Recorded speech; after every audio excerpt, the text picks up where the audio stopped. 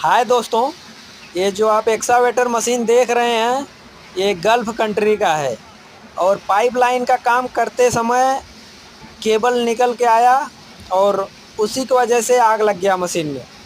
और आग लग गया, और हालांकि ऑपरेटर भाई तो अच्छा बच गया सही सलामत। लेकिन तो यार, जितना मेरे से रिक्वेस्ट है कि जितना ऑपरेटर भाई गल्फ़ कंट्री में काम करते हो ना भाई, थोड़ा धीरे करो, लेकिन देख ताक के करो, अपने हिसाब से काम करो।